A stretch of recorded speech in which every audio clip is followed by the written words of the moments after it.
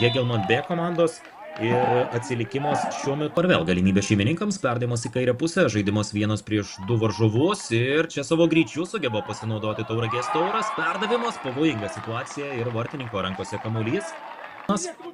Perdavimas jam neįtin tikslus, Vaitkūnas dabar kairė koja, atlieka neblogą perdavimą ir tai gali būti pavojinga, yra momentas ir smūgis nėra sėkmingas, klausimas dėl nuošalės turbūt buvo, bet Niuedzy tokioje situacijoje manau, kad tikrai norėtų sužaisti šiek tiek geriau. Vaitkūnas. Eduardo, neblogas perdavimas, Simonas Paulius, čia baudos aikštelėje, smūgis ir dar viena proga, bet vis dėlto vartininkas. Eduardo faktas, kad bus čia sudėtinga. Atrandamas Vaitkūnas, o šis turi labai daug erdvės, Vaitkūnas baudos aikštelėje atlieka. Pusiau perdavimas, pusiau Soska, panašu, kad jis sužaidė tiesiog nuostabiai gynyboje, sugebėjo slysdamas kamuolį išmušti, bet Egidijus Vaitkūnas ataką tęsė, neblogas perdavimas, bet smūgis nepavyksta.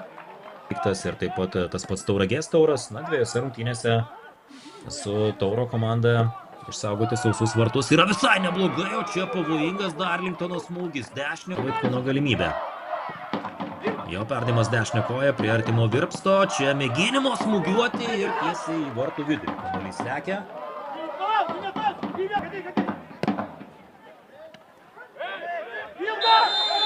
Stumia varžovo Pikčiūnas ir gauna panašu antrąjį. Iš karto raudoną kortelę gauna.